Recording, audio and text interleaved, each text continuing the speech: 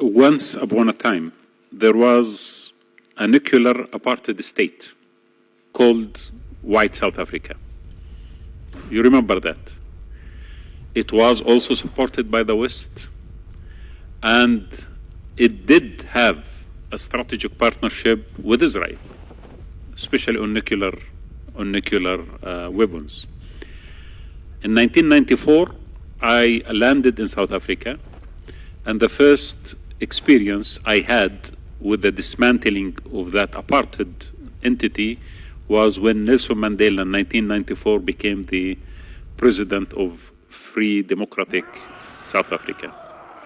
That marked the beginning of my career as a journalist, because I spent 8 years after that monitoring, watching, listening, interviewing, talking to people, and seeing how this transformation is taking place in that country.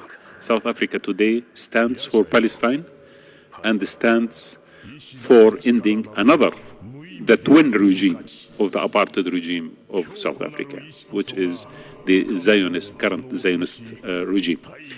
So, I think if we are going to leave this hall, we should have one idea in our thought. This will never survive. It cannot. It is wrong. It's against history. It's against justice. It's against every principle. Are we going to take the right stance, the right moral stance, in the right direction of history, and going to tell ourselves and our children in the future that we were there? We struggled, we resisted, and we stood for the ideals that we would like everyone to stand for? This is the question that we are going to have. I am optimistic, very much, because for the last 2 years, a lot of horrors have been witnessed. Unbelievable, unimagined. I've never imagined. I've lived in Palestine. I am Palestinian, born in Palestine. And we did encounter occupation, of course, for decades, but we never imagined that we are going to see that genocide conducted right now in front of our eyes. But with all that, I see people everywhere in the world rising.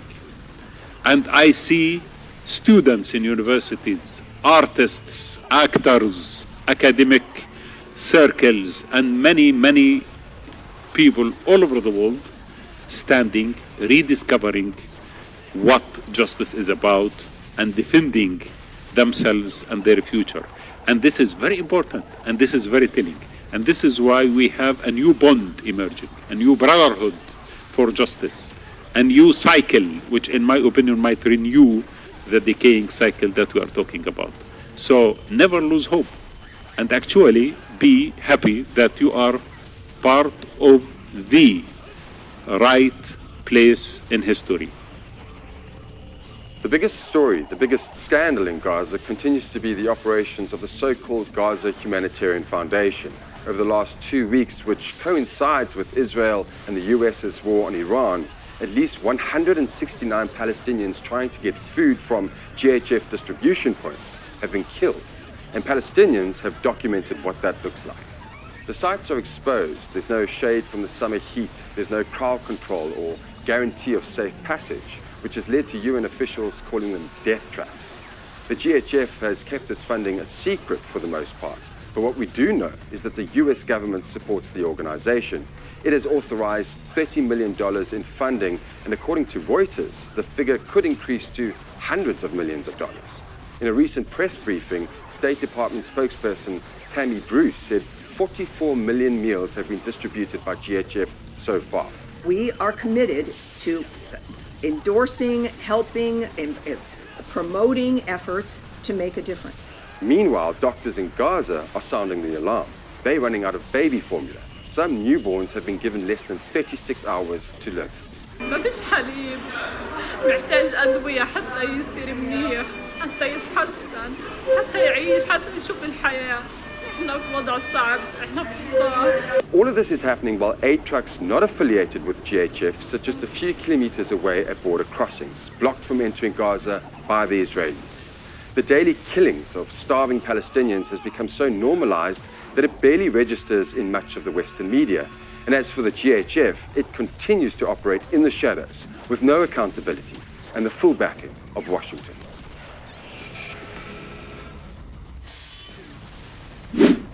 Hello everyone, welcome back to another show. The Palestinian resistance is striking again and again, time after time, inside of the Gaza Strip against the Israeli terror forces that are conducting massacres against the civilians. And this time they had another massive ambush in the area of Ash-Shuja'iyya, close to the central parts of Gaza. So multiple reports came out talking about 7 Israeli soldiers who were wounded and 2 commanders that were severely wounded. One of them was a commander of a battalion, and the other one was a deputy commander of a division in the Israeli terror army. This is coming just days after one of the largest ambushes of the Palestinian resistance, where they took down approximately 19 soldiers in 2 separate attacks, in 2 ambushes that they called the Gates of Hell ambushes. All of them are coming in just under a week. The ambushes that the Palestinian resistance is calling the Gates of Hell are happening in the area of Rafah. That's in the southern part of the Gaza Strip. And this one is in the central part of Gaza Strip in Ash-Shuja'iyya.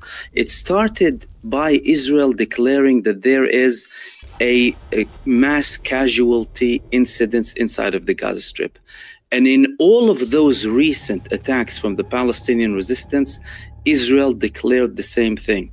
Firstly, mass censorship, then an event where there are many casualties inside of the Gaza Strip.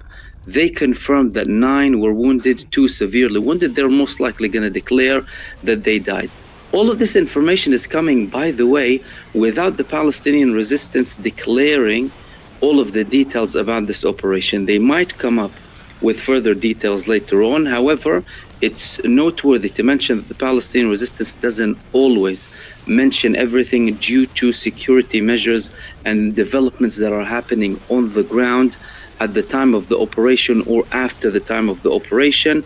There would be other reasons too. For example, there would be another operation taking place or might take place in the future. However, we are likely to hear something from the Palestinian resistance. So far, this is coming just from the reports that are happening on the ground, both in Gaza and in Israel too. Now, what is that meaning in general, especially for the Israeli terror forces inside of Gaza? 3 ambushes, so many casualties at the same time in just under the week. What are they doing exactly? Are they not learning from their mistakes? Who are these people who are conducting these operations? And how can commanders of battalions and divisions inside of the Israeli army feel so secure in certain locations, and the Palestinian resistance is preparing these ambushes for them and targeting them so heavily? This is showing that the Palestinian resistance has the upper hand on the ground, not Israel. Israel is excelling in relation to the massacres against the civilians, but they're not doing anything with the Palestinian resistance. And the significant thing that happened in these past 3 attacks coming from the Palestinian resistance is the fact that in all of them, apart from this latest operation, because we still didn't have an elaboration from the resistance, however, judging by the nature of it, could be the same thing, all of the fighters withdrew. So they went out, they started to attack and target the Israeli terror forces, withdrew to a certain location to lure the Israeli forces in, and then implement the ambush and take them down. Meaning less casualties, hardly any casualties, if any, from the Palestinian resistance side, and all of the casualties, killed and wounded, happening on the Israeli side. This is coming following intense pressure now on Benjamin Netanyahu, with more and more people protesting against him in the streets. And not just protesting against him in the streets, people are now outright in Israel calling Benjamin Netanyahu the enemy. So we had multiple protests in Israel, and they are being much, much bigger than before. They're becoming much bigger, more intense in multiple parts, Tel Aviv and other areas too. And the significant statements that came were from the latest protests that happened in Tel Aviv. And some of these protesters in Israel were saying, Hamas is not the enemy. They're outright saying Hamas is not the enemy. Benjamin Netanyahu is the enemy of the state of Israel. Benjamin Netanyahu is the biggest threat and biggest risk for the state of Israel because of what he is conducting. Families of the prisoners of war are saying that alongside people who are protesting in the streets. They've had enough of Benjamin Netanyahu, yet the man is still there pushing for this genocide despite so many efforts to reach a deal and to solve the problem, and despite the escalating tensions that are happening between him and the Trump administration. Now, some people are questioning if these tensions are real. At the end of the day, things are happening between the United States and Israel, whether it's a tactical move, whether Trump will go back and be best buddies with Benjamin Netanyahu. Let's not forget that Trump openly spoke against Benjamin Netanyahu when the latter congratulated Joe Biden. He was the first prime minister to congratulate Joe Biden. And Trump at the time, he challenged the election results when Biden won.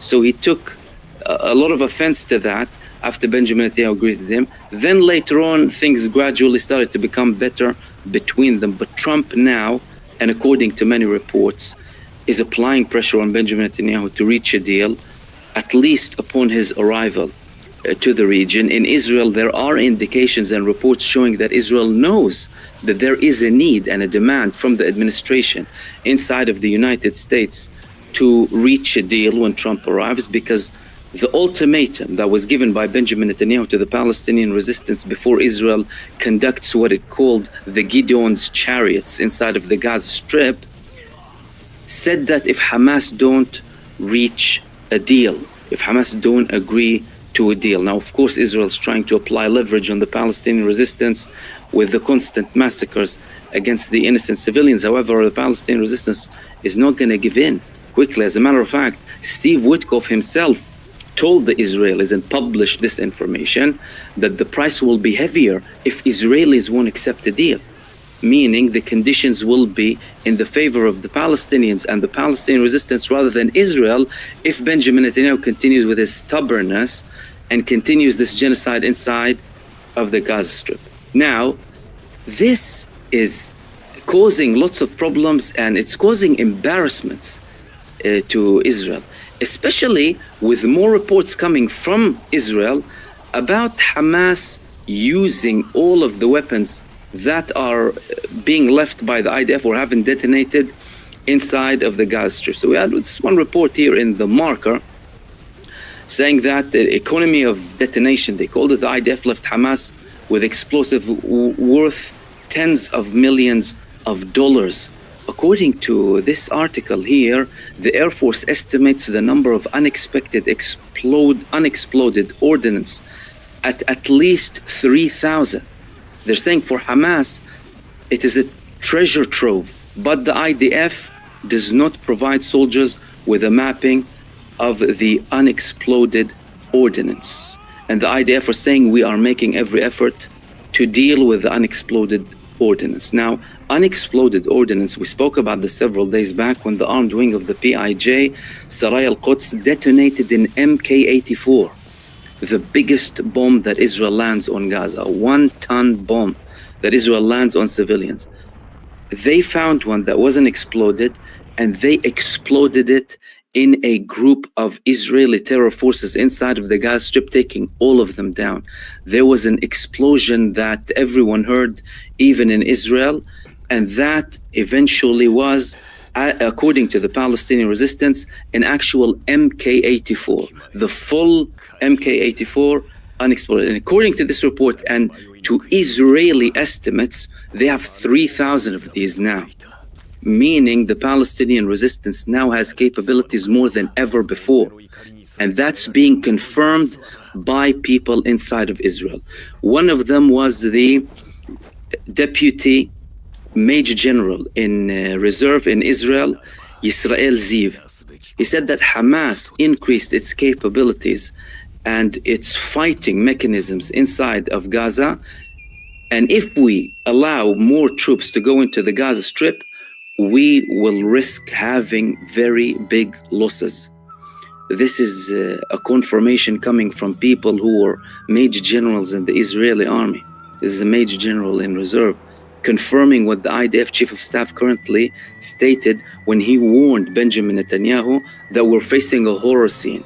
Well, what is it described in Israel as a horror show if they continue and expand the operation inside of the Gaza Strip. And the IDF chief of staff, he outright said, the priority is to get the prisoners of war back, then achieve victory.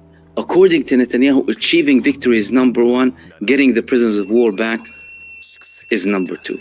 Now, what's not helping is the fact that the Palestinian resistance is releasing more videos of the prisoners of war inside of the Gaza Strip, criticizing Benjamin Netanyahu in what is genuinely appearing to be a genuine video. Like, you know, you might think, okay, these people are held by Hamas. Hamas are telling them, say this and that. At the end of the day, they're talking normally. Clearly, they have up-to-date information about the recent developments. They're clearly watching television or having access to internet because they know the latest moves by the Israeli government. They know how active the Israeli streets are because they're describing them in their videos. And this one didn't really help, and the protests in Israel started to become more intense after this video was published, because the Israeli population waits for Hamas to publish a video, by the way. Why? Because one of these people in the video attempted to commit suicide. Hamas spoke about him several weeks back. They said one of the Israeli prisoners of war attempted to commit suicide and we rescued him. Here he comes lying down next to another guy who's a prisoner of war in the video, talking about what is this war, why are we continuing? This man is putting us to die here for no reason, asking for the people to continue, and again applying more pressure on the Israeli public, because everyone in Israel is listening to these people, is seeing them, they're believing them more than Benjamin Netanyahu, and they're outright sharing their situation day by day in Gaza, held by Hamas. And there's simply a very straightforward solution to all of that, the same solution that was there one day after October the 7th, even on October the 7th itself, which is get a deal to release the Palestinians from the Israeli prisons so that you can get the Israeli prisoners back.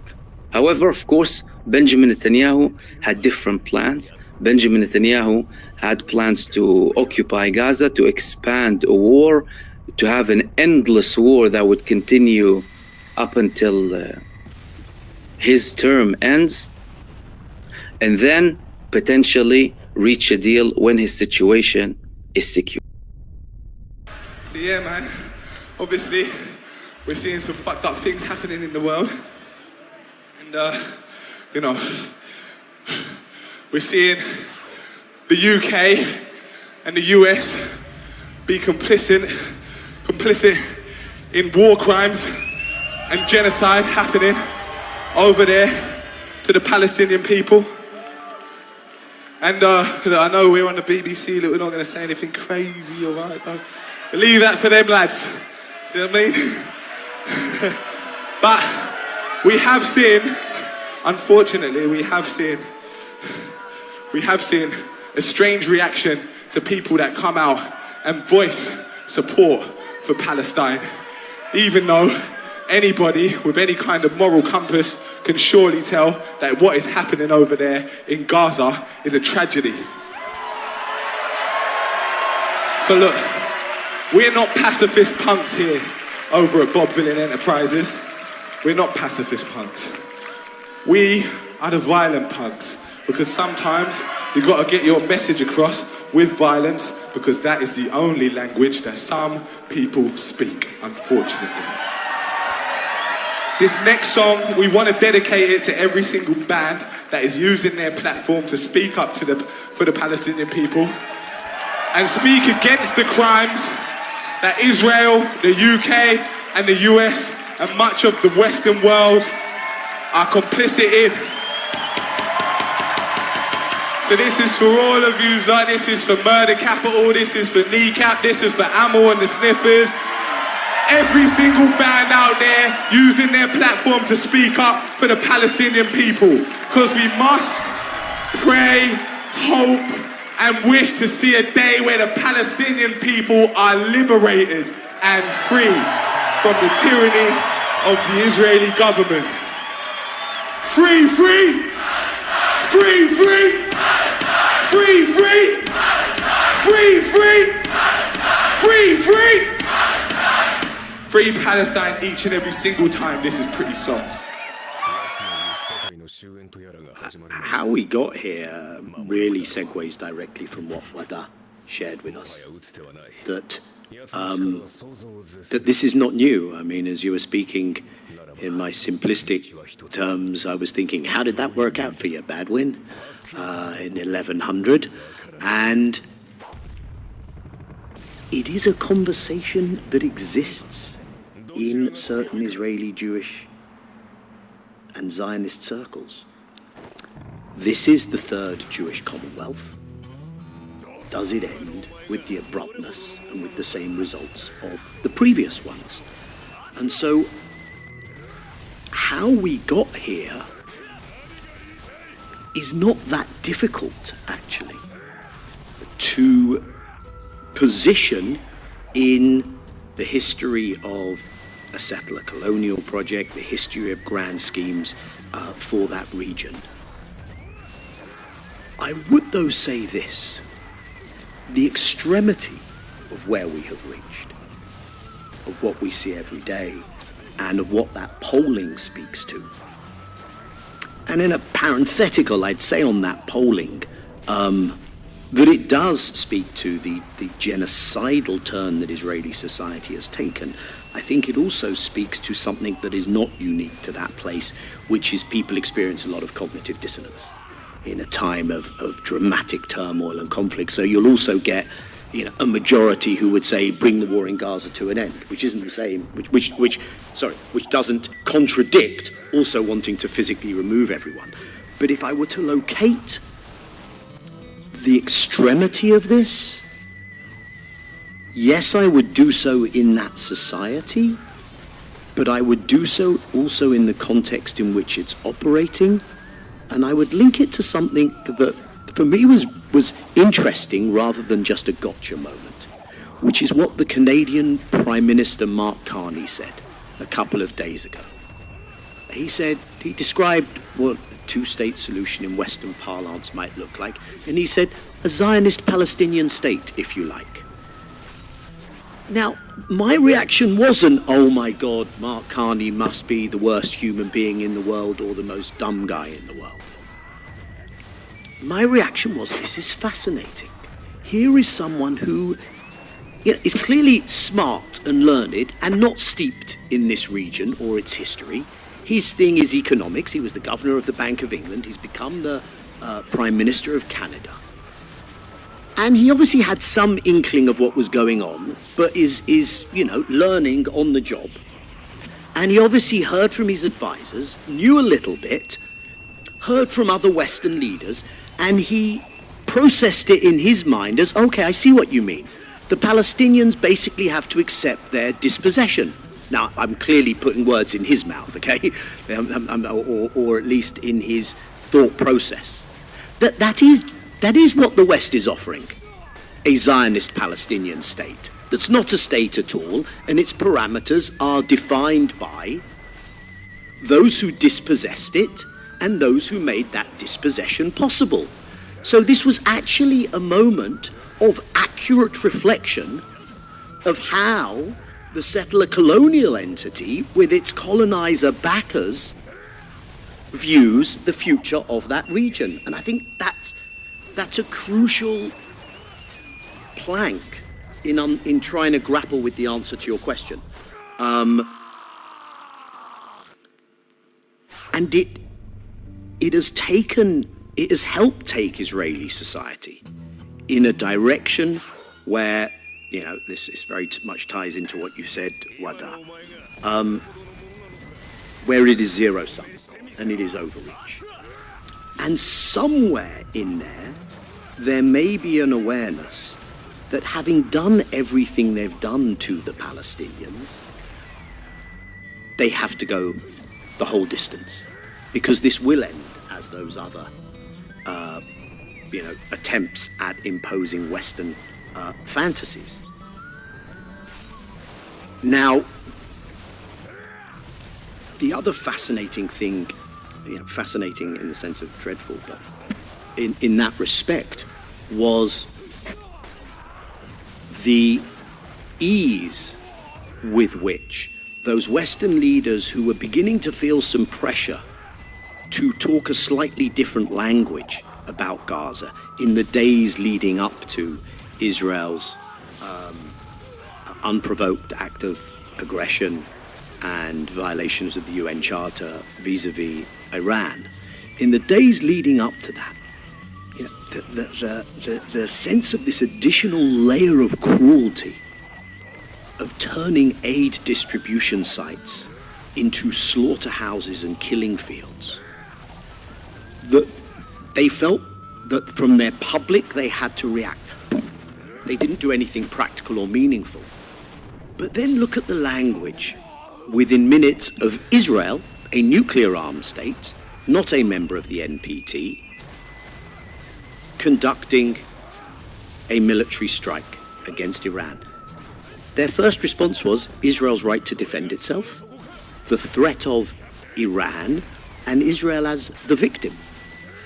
So they were right back in their comfort zone. And I talk about this because I don't think you can understand Israel without understanding the moral hazard that it has been encouraged in this journey by its Western backers, which is not to exonerate, I want to be very clear, not to exonerate Israeli Jewish society of the blame that belongs with it. And then maybe just in further reflecting on this,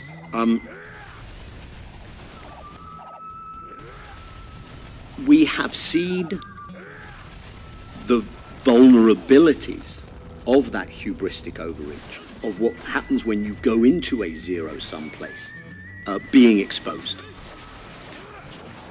Now, that should not take us to a place where we misinterpret or wrong size or consider that this is a paper tiger. Evidently it isn't. It has got away with 20 months of genocidal action. There has not been an effective deterrence against that. The fact that the pain threshold of Israeli society that we saw during the Iranian missile strikes, the depletion of interceptor missile stocks, the question marks about the resilience don't change that fact, that there has not been an effective way of stopping this. But what you are seeing, and this is, I mean, I know we're on the record, I guess, here, but this is the conversation that I have with Israeli Jewish friends all the time. Do you realize that once you set this equation up as zero-sum, it's them or us, how comfortable and guaranteed can you feel that it's the them who end up on the losing side? Do you have no sense of history? Do you really only understand Arab society through the interpretations of your neoconservative and Orientalist and co-opted friends who have no effective way of carrying their people with them? As Wadah said, you could get another piece of paper signed. As far as I'm concerned, the story that I just spoke of impunity was taken to a whole new level with the Abraham Accords.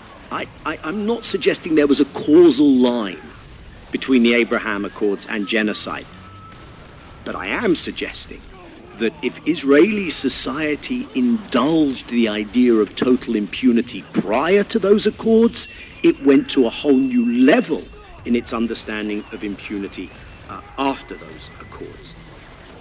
And so this idea that in this region you will be able to bludgeon and bully without boomerang. And it's, you see this happening right now. And in a way, this is why Netanyahu has to double down post this Iran 12-day whatever. His argument was, once you remove Iran, everything is going to be fine. So he's doubling down on that. But even the leaders around him, who do not have a social contract with their people, who may sign that piece of paper, or may not, look at it and say, actually, what is the most dangerous, destabilizing, radicalizing force in the region today? I'll give you a clue, they don't sit in Tehran. And that's the place that we find ourselves in. I'll pause here. I think there are lots of lessons, because obviously we're sitting here in June of 2025. We're watching what we're all watching. We're feeling what we're all feeling. And there is no comfort whatsoever in what you shared with us, Wadah, in terms of that sweep of history. And I don't think you were here to tell us it's all okay. Sit on the sidelines, watch this happen. It will be fine in 50 years. There is the fierce urgency of now. And what are the strategies for now? And what does it mean being in this country? And what does it mean if we're witnessing a shift in geopolitics vis-a-vis the West and the global South? And what does it mean, the kind of fraying and argumentation happening in the Jewish community? And we got to kind of knit all those pieces together, but I'll park that for now.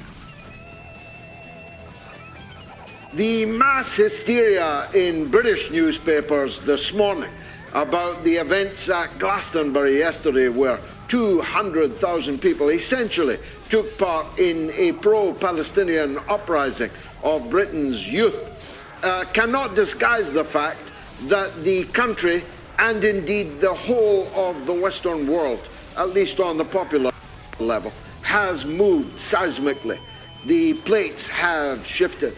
Nobody cares about Israel anymore. Palestine is the story. It is the moral center of the universe, and those now caught on the wrong side of the line, on the genocide taking place in Gaza for more than 20 months, are damned surely in history, even if, like Alastair Campbell, they're making a last desperate scramble to change sides, even if, like Piers Morgan, they are making a last frantic effort to pretend that they are on the side of the angels. The receipts are in our possession. Those that backed and supported, enabled, funded, armed, and shilled for the worst set of atrocities since the Holocaust in the Second World War and in the years leading up to it are all damned forever. The Israeli soldier who told the Israeli media, it's amazing what you can read in the Israeli media that you would never be allowed to read in the British or American media. He told the Israeli media that he felt like the Nazi, and he felt like the Palestinian victims of the so-called IDF were the Jews. It is one of the most telling couplets of the whole conflict, of the whole chapter of genocide over the last 20 months. The Israelis were behaving like the Nazis. The Palestinian victims were like the Jews. He is a student at Harvard University, and as students do, he had gone back to Israel to get into uniform, climb behind an automatic weapon, and go killing Palestinian children in Gaza. And he would ordinarily have been welcomed back at Harvard, ordinarily have been welcomed back to his bank job or any other kind of job that these expatriate Israelis currently do. One of them was a university chaplain in Manchester University, came back from killing Palestinians in Gaza and wondered why the students didn't welcome him back with open arms. But This soldier in question would ordinarily have been more than welcome back at Harvard, but now he's facing expulsion. Not for the crimes that he committed in Gaza, but for the words that he used in describing them. I just felt that this was, if you like, the peak or the trough of the current situation that we are in. I just felt that that couplet, we were the Nazis, they were the Jews, summed everything up. The mass slaughter continues. The slaughter at the feeding stations continues with scores of people, sometimes 100 and more, being murdered at a feeding station run by an American relief organization, but staffed by Israelis. That feeding station is supposed to be the concession that the international community made to the presence of famine stalking the land.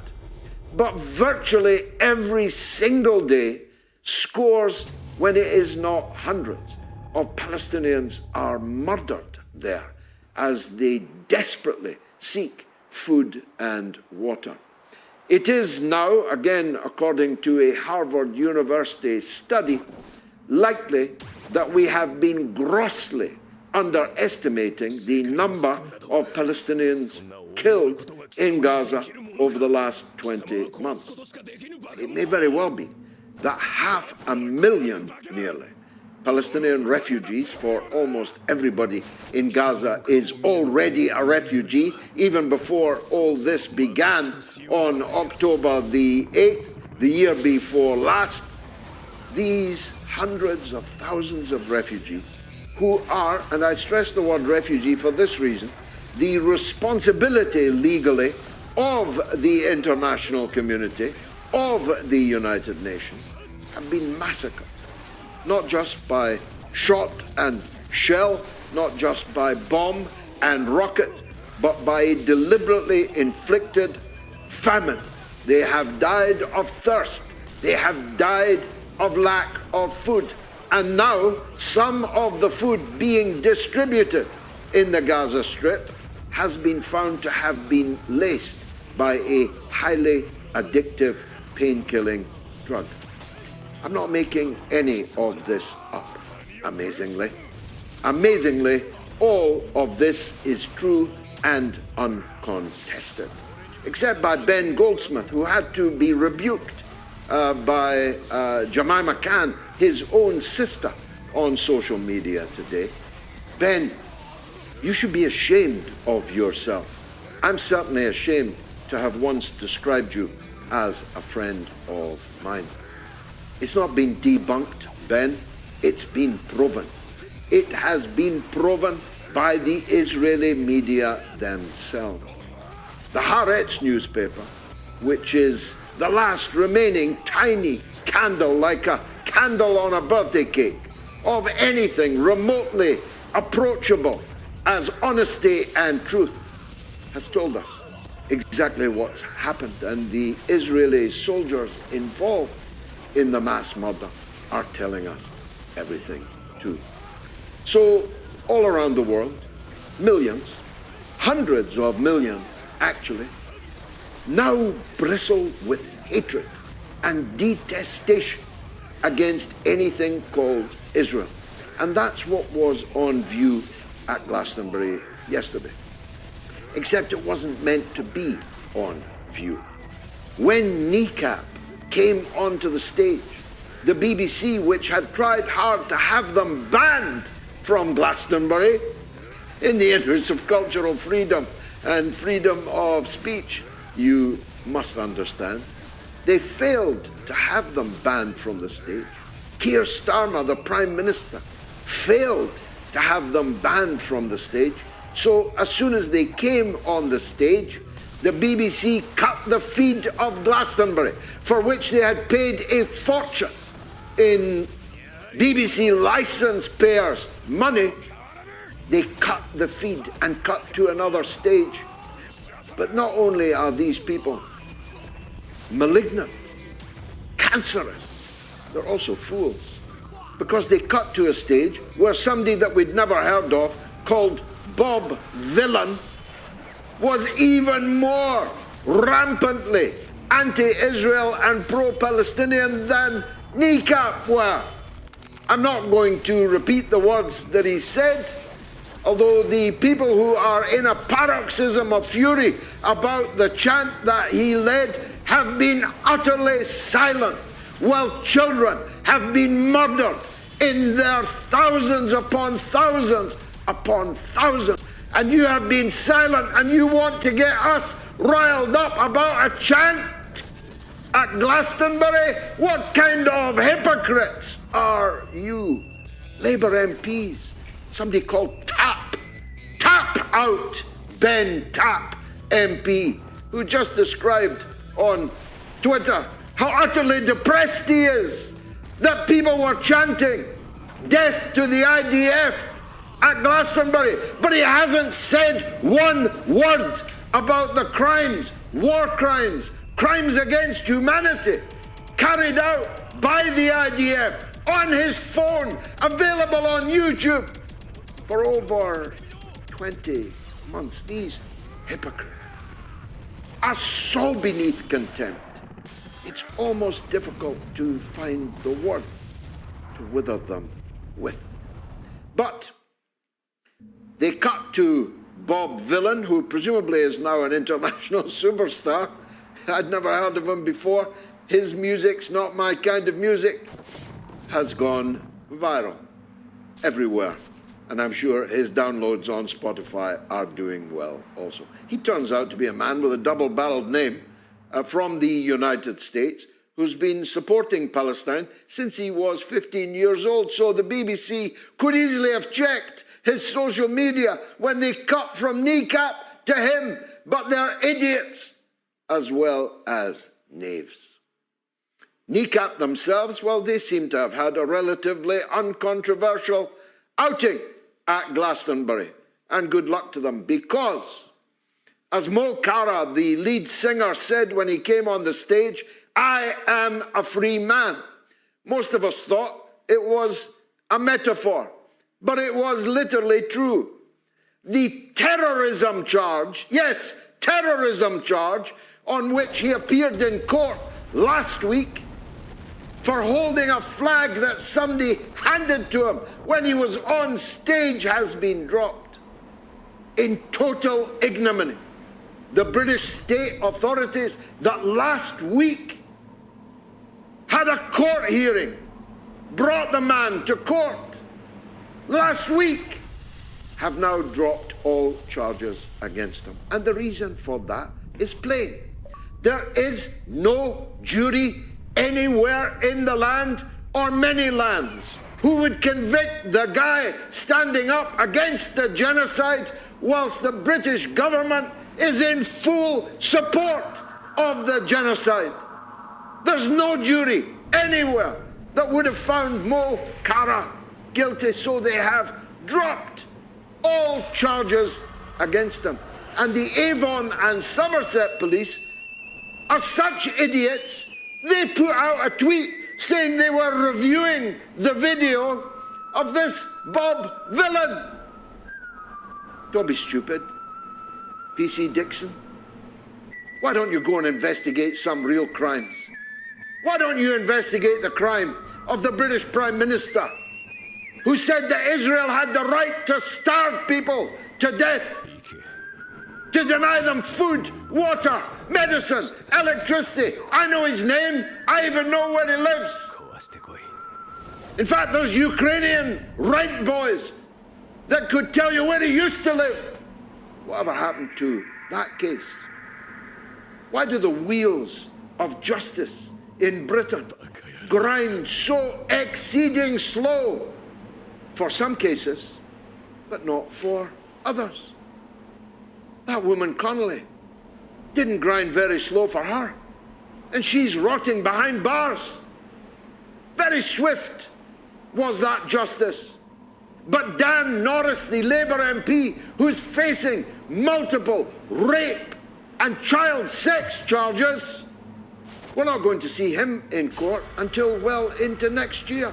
Ivor Kaplan, the former Labour MP, former leader of the Labour Friends of Israel, he was caught on camera going to meet a child for underage sex.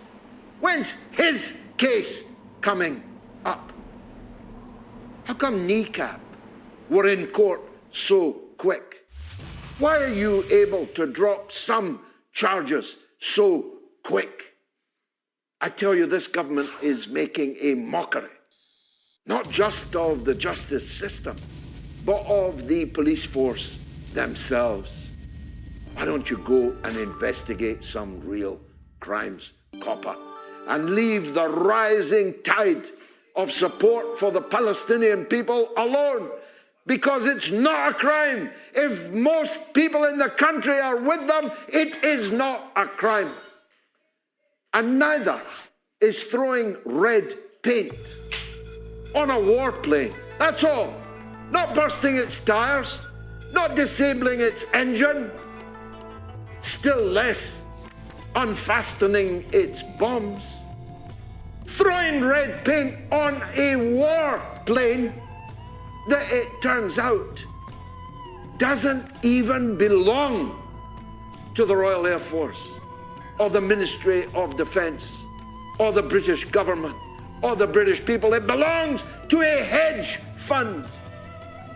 We rent warplanes from hedge funds. The crime was not throwing red paint on that airplane. The crime was that that airplane was destined to fly to Cyprus and thence to Gaza to assist and facilitate the genocide which is now so comprehensively hated by the people of our country and around the world. You see how we've got this arse for elbow, Prime Minister Starmer?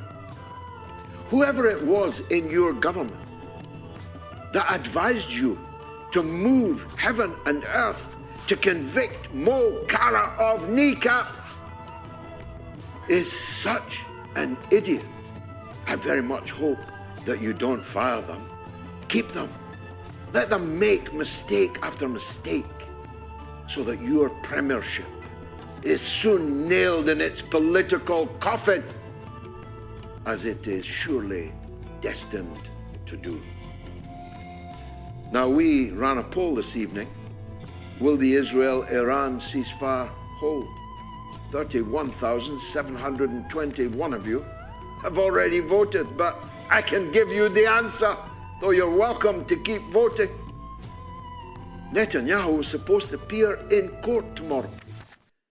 The judge was not moved by Donald Trump's order to the Israeli justice system to drop the charges against his war hero buddy, Benjamin Netanyahu. But the judge says, fuck off, Donald.